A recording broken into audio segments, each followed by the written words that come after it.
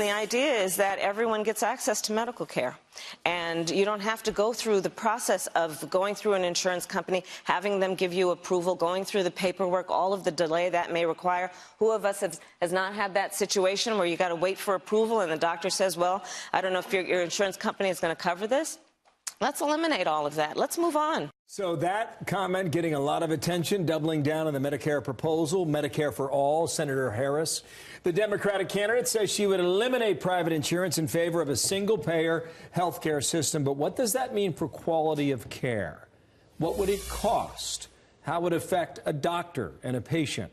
Dr. Mark Siegel is here to weigh in on this. What do you think of the idea of Medicare for all in that phrase? First clarification, Medicare for all is not expanding Medicare. It's putting a wrecking ball to private insurance and revamping everything and putting a new product in place that the government runs. And I have to firmly disagree with the idea that Senator Kamala Harris is saying there, that it means instant access. I can tell you, working with both private and public insurance in my office, with Medicare, with Medicaid, sometimes with private, there's no such thing as access based on public health insurance. The government doesn't provide access. The government is a bureaucracy. I have to appeal, Bill, to the government sometimes, and I get on the phone. A distant bureaucrat is approving or disapproving of some procedure I think a patient needs.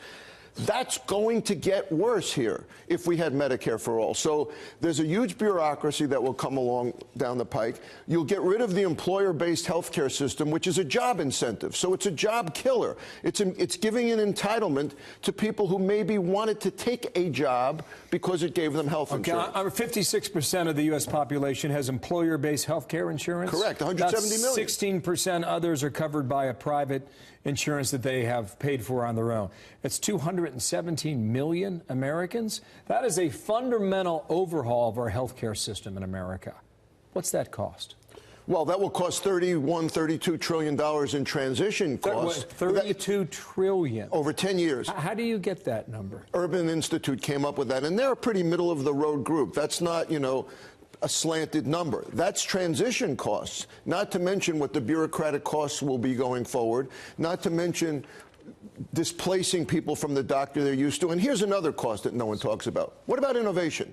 Because we're heading to personalized medicine now, Bill, meaning that now's a time where you don't have one-size-fits-all treatments. You have a treatment that maybe works for someone, not for someone else, genetic-based treatments, exciting time for cancer immunotherapy.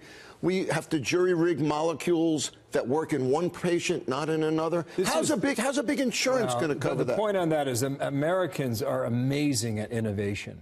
And we're leading the world on all this stuff. Unbelievable. Kaiser did a survey. I think this is kind of interesting to our viewers. Look closely at these numbers. The question was asked, what if you could get guaranteed coverage? On the left of your screen, 71% favor when you can guarantee the coverage. But then when you go a little deeper, what about eliminating private insurance? 58% are against it. What about paying more taxes? 60% against that. Increased treatment delays? 70% are against that. So you see a little deeper as you ask more questions where people react to the possibility of going that route. When they hear that it's coming out of their pocket, they're less favorable. When you use the word coverage, everyone loves it. But what is coverage? Basic coverage means if you go to an emergency room in a catastrophe, you don't go bankrupt. Everyone agrees with that. That's called catastrophic coverage.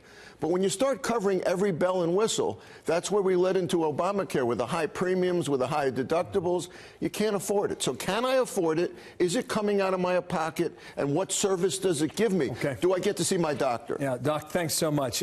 Do you believe Obamacare 8 years ago pushed us one step closer to single payer? Do you believe that or not? I do, but I don't think it's going to happen. I do not think the employer-based health care system is going to be destroyed. I think this is a pipe dream. I don't think it happens. On it goes. Thank you, Dr. Mark Siegel. Nice to see you.